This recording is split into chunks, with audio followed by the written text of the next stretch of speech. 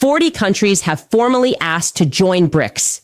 40, I am not talking about diplomatic rumors or vague statements made at international summits. I am talking about official requests, real delegations sent, real documents signed. And while this is happening, while the economic map of the world is being redrawn in real time, most people in the West still believe the dollar is untouchable, that the U.S. financial system is permanent, that the rules created in 1944 will last forever. Let me tell you something as clearly as possible based on decades of studying these systems. What we are witnessing is not a temporary crisis, not a short-term correction. It is a systematic tightening around the currency that has dominated the planet for 80 years, and most people do not see it coming. I have spent my life studying capitalism, its contradictions, its cycles, its methods of expansion and collapse. I have studied economic empires from Rome to London, from Amsterdam to New York. And I can tell you that what is happening now follows a familiar pattern, a pattern that any serious student of economic history should recognize. It is the pattern of a shift in global power. It does not happen overnight. It does not come with a declaration of war. It comes through slow movements, through quiet alliances, through countries that begin trading in other currencies, through central banks that choose to accumulate gold instead of U.S. Treasury bonds. It comes exactly the way it is coming now. The main idea I want you to understand today is this. The dollar is not just facing competition. It is being surrounded by an alternative financial structure that already has a name, real institutions, support from natural resources, control over 45% of the world's oil, 60% of global gas reserves, a population of 3 billion people, and now 40 more countries knocking on the door. This is not conspiracy theory. This is geopolitical math. To understand why 40 countries want to join BRICS, you first need to understand the problem they are trying to solve. That problem has a name that is repeated in finance ministries from Jakarta to Cairo, from Pretoria to Brasilia. The problem is called dependence on the dollar. When a country needs to buy oil, it needs dollars. When it wants to buy technology, it needs dollars. When it needs to pay foreign debt, it needs dollars. When it wants to build reserves to protect its currency, it holds dollars. The entire system is designed so that you need the currency of one single country to take part in the global economy. And here is the key point. That country can print that currency whenever it wants. It can sanction whoever it wants. It can freeze assets whenever it chooses. It can remove any country from the SWIFT system. It is like one family controlling the only bank in the neighborhood and deciding who can open an account and who cannot, who can send money and who gets cut off. For decades, this seemed normal. Now, 40 countries are saying they no longer want to live in that neighborhood under those rules. The moment that changed everything has a clear date, February 2022. When the United States and Europe froze $300 billion of Russian central bank reserves, they sent a message that went far beyond Russia. The message was simple. Your dollar reserves are not really yours. We can take them whenever we want if we do not like your policies. Now think about this from the point of view of a finance minister in India, in Brazil, in Indonesia, in Saudi Arabia. Think about how that news was discussed in cabinet meetings across 50 countries that have no direct conflict with the West, but suddenly realized something deeply disturbing. The money they believed was stored in the safest vault in the world could disappear with a signature. That realization does not fade away. And here is the irony that almost no one talks about. In trying to punish Russia, the United States accelerated exactly what it feared most. It turned de-dollarization from an academic discussion into a strategic emergency for dozens of countries. But here is what most people still miss. BRICS is not just a group of unhappy nations. It is an alternative system under construction. It has its own development bank, the New Development Bank, which has already lent more than $30 billion for infrastructure projects without the political conditions imposed by the IMF. It has its own contingency reserve fund, $100 billion available to member countries in times of crisis. It is building payment systems that do not rely on SWIFT. It is negotiating trade using local currencies. It is buying gold at a pace not seen since the 1970s. Each of these steps alone looks small. Together, they form the foundation of a parallel system, Let me explain how this tightening works in simple terms. Imagine the dollar as a fortress. For 80 years, that fortress had no rivals. All trade routes passed through it. All major banks depended on it. All commodities were priced in its currency. Now imagine alternative roads being built. At first, they are narrow, slow, and rough. But every year they improve. Every year more trade moves along them. Every year the fortress sees less traffic. You do not need to attack the fortress to defeat it. You only need to make it less important. That is exactly what is happening. Saudi Arabia accepts yuan for oil. Brazil and China trade without dollars. India buys Russian oil using rupees. Every deal made outside the dollar removes another stone from the fortress. And if you think it ends there, it does not. Let us talk about the 40 countries because the list tells the real story. These are not just the usual names. Not only countries already labeled as enemies by Washington, they include longtime Western partners, countries that trade heavily with the United States, countries that host U.S. military bases. Indonesia, the fourth most populous country on earth, has applied. Saudi Arabia, the foundation of the petrodollar system, is in advanced talks.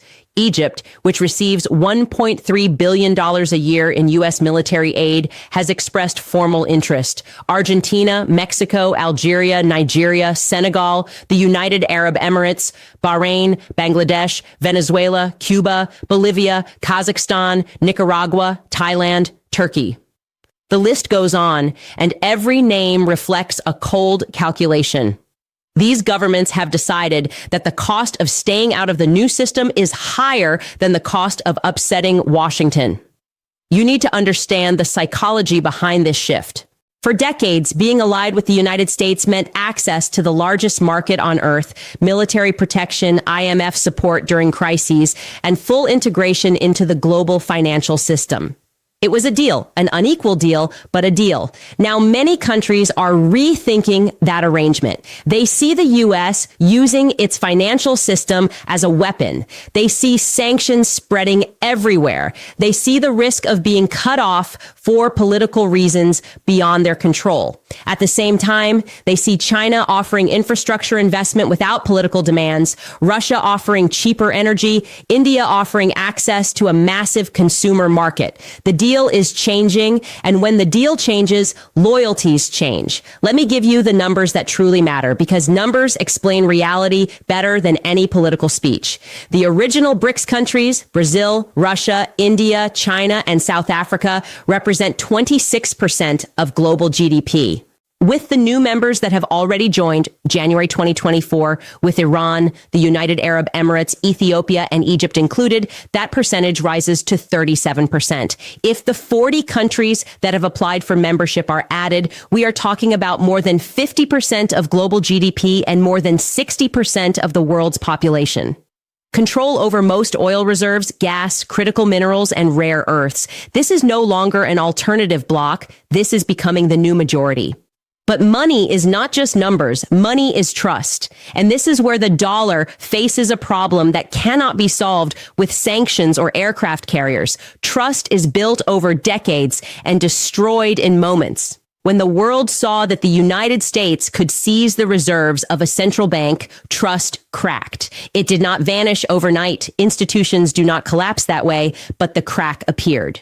And every month that passes, every new sanction imposed, every time the U.S. Treasury uses the dollar as a foreign policy tool, that crack grows deeper. Central bank data shows this clearly. The share of global reserves held in dollars has fallen from 73% in 2001 to 58% today.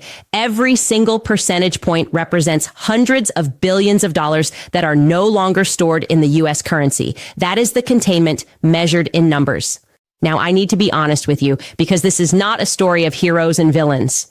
BRICS is not a group of saints trying to save the world from imperialism. These are countries with their own interests, their own contradictions, and their own serious problems. China has a massive real estate crisis. Russia is at war. Brazil has chronic political instability. India and China have border disputes. South Africa struggles with corruption and unemployment.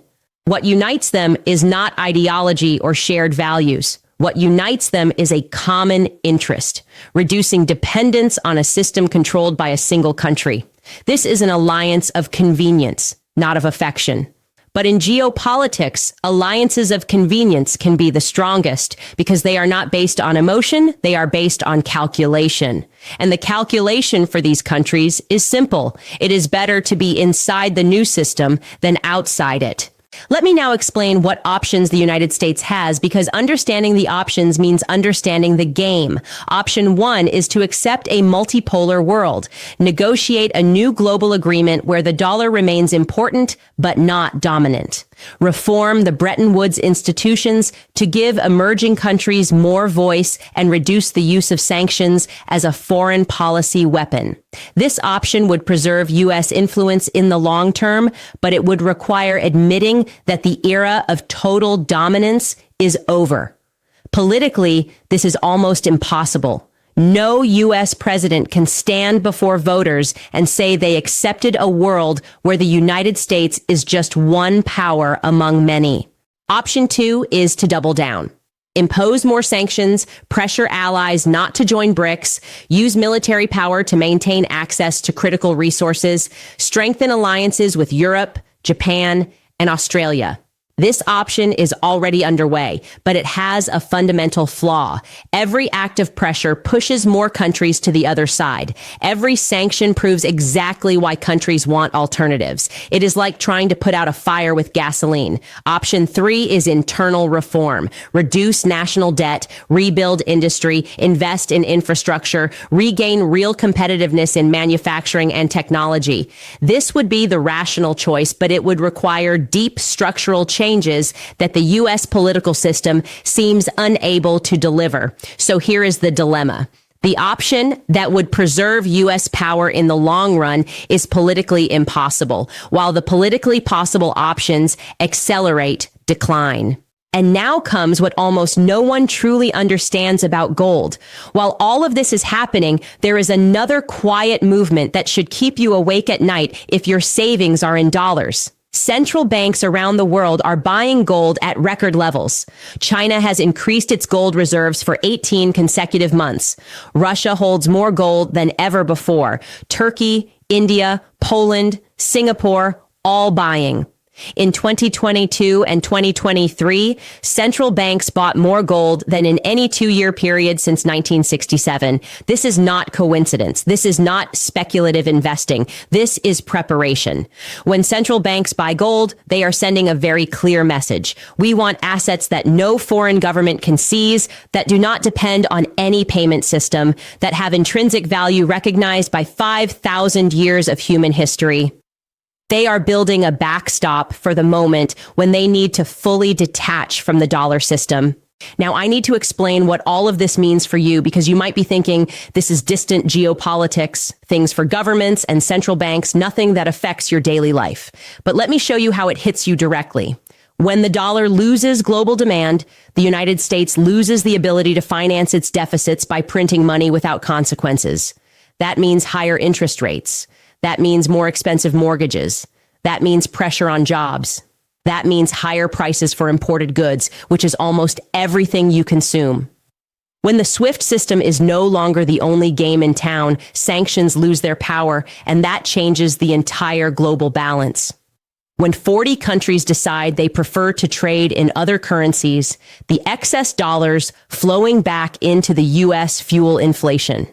This is not theory. This is the mechanism, and it is already in motion. Let me give you a scenario analysts discuss privately, but that rarely appears in mainstream media. Imagine that in the next 5 years, BRICS launches a reference trade currency partially backed by gold and a basket of commodities. It does not need to replace national currencies. It only needs to exist as an option for international trade. Imagine Saudi Arabia accepts that currency for oil. Imagine Indonesia, the world's largest nickel exporter, accepts it. Imagine Brazil, one of the world's main food suppliers, accepts it for soybeans and meat. Suddenly, demand for dollars in global trade drops by 30%. That does not destroy the dollar overnight, but it changes everything. The United States can no longer print money to fund wars and deficits without paying a price. The exorbitant privilege, as de Gaulle called it, comes to an end. With it ends the ability to maintain 800 military bases around the world. It ends the ability to sanction countries without consequences. It ends a debt-funded lifestyle that has defined the U.S. economy for decades. This is not science fiction. This is projection based on current trends. Debates in Washington show that some people understand what is happening. I have read transcripts of congressional hearings where lawmakers ask with alarm about de-dollarization. I have seen Treasury reports that acknowledge the dollar's shrinking share of global reserves. I have heard Federal Reserve officials speak with concern about foreign central banks accumulating gold. The problem is this: knowing is not the same as being able to act. The U.S. political system is paralyzed by internal divisions, short election cycles, and interest groups that benefit from the status quo. It is like watching a ship heading straight toward an iceberg while the crew argues over who gets to use the first-class dining room. Is there anything more you need to understand about the psychology of declining empires? Because this is just as important as economics. Empires do not accept decline gracefully. There is no ceremony. There is no moment when the hegemon admits its time is over and hands over power in an orderly way. What happens instead is denial, aggression, and desperate attempts to hold on. There are narratives blaming external enemies for internal failures. We are seeing all of this right now. The rhetoric about China as a threat continues to grow. The situation feels existential, with sanctions increasing and military alliances expanding. All of this follows a historical pattern, and the problem with this pattern is that it can lead to very dark places. When economic power starts to decline, the temptation to rely on military power usually grows. I am not predicting a war, but I am pointing out something important. The transition period between one global dominance and another has always been the most dangerous time in history. That is a fact we cannot ignore. Let me now give you a perspective that you do not hear very often. This is not about celebrating the fall of one empire or mourning the rise of another. It is about understanding that we are living in a turning point of history. This moment can be compared to the end of the British Empire or even to the fall of Rome, at least in its financial form. In moments like these, the decisions individuals make truly matter. Where you keep your savings matters. The skills you choose to develop matter. How you understand the world around you matters more than ever. It matters because the system we have taken for granted for so long, the system where the dollar is king, where the United States acts as the final judge, where the rules are written in Washington, that system is now being surrounded. And it is not being surrounded by invading armies. It is being challenged by 40 countries that have decided they want other options. They want alternatives, and they are actively building them. I want to end this part with something I deeply believe after studying these systems for my entire life. Real economic power does not come from the currency you print. It comes from what you produce, what you invent, the quality of your education system, the strength of your infrastructure, and the unity of your society. For decades, the United States was able to ignore these basic truths because it enjoyed the special privilege of the dollar. It could consume more than it produced. It could import more than it exported. It could borrow with no clear limits. That privilege is now being taken away, not by a single decision or a formal announcement, but by the combined choices of 40 countries that have done their own calculations. When that privilege finally ends, only the real economy will remain. And the real economy of the United States, weakened by deindustrialization, heavy debt, and deep political division, is not well prepared for that moment.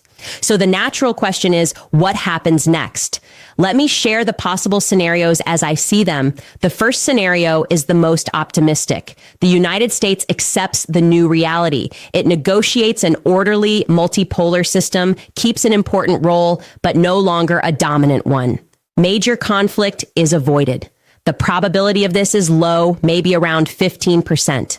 The current political system in the United States does not show much ability for this kind of strategic adjustment.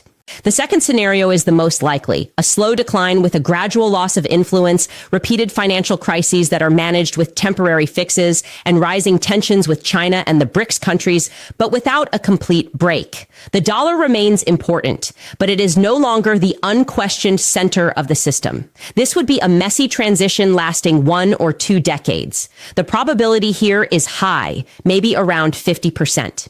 The third scenario is more worrying. The United States tries to use its military advantage while it still has it, triggering serious crises and possibly armed conflicts with nuclear powers. The probability may be around 25%, which is far too high for comfort. The fourth scenario is the least likely but still possible. A rapid collapse, a sovereign debt crisis in the United States, a sudden loss of trust in the dollar, a chaotic restructuring of the global system. The probability may be around 10%, but if it happens, the consequences would be devastating for everyone. In every one of these scenarios, one thing remains constant. Tomorrow's world will not be the same as yesterday's world. 40 countries knocking on the door of BRICS is a fact. Central banks accumulating gold is a fact. Trade in alternative currencies is growing, and that is also a fact. Facts do not disappear just because they make us uncomfortable. So this is what I ask of you. I am not asking you to panic. I am not asking you to move all your savings today or tomorrow. I am asking for something more difficult. I am asking you to think, to understand that the system you have known your entire life is changing, that the rules that once seemed permanent are being rewritten, that 40 countries choosing alternatives to the dollar is not a small piece of news you will forget tomorrow. It is the sound of the tectonic plates of the global economy shifting beneath your feet. I have studied enough power transitions to know that they are long, chaotic processes full of progress and setbacks. There will not be one day when the dollar collapses and the next day the yuan becomes king. But there will be a day, and it may have already passed, when future historians mark the beginning of the end of dollar dominance. That day will not arrive with explosions. It will arrive quietly with 40 membership applications to a bloc that 10 years ago seemed irrelevant. The circle is tightening. Alternative paths are being built. Gold reserves are rising. Alliances are forming. And at the center of all this, inside the stronghold of the dollar, it seems many still do not fully understand what is happening. Or maybe they understand, but they do not know what to do. Either way, the result is the same. The world is changing with or without Washington's permission. Now it is your turn to decide what you do with this information. You can ignore it and hope everything stays the same. You can learn more, read, study, and prepare. You can talk about it with others because these conversations matter. What you cannot do is pretend that 40 countries wanting an alternative to the dollar system means nothing. It means everything. Save this video, share it with someone who needs to understand what is happening. Leave your perspective in the comments. If you lived in one of those 40 countries, if you had to choose between continuing to depend on the dollar or looking for alternatives, what would you do? That question may sound abstract, but it is exactly the question finance ministers around the world are answering right now, and their answers are reshaping the map of global power.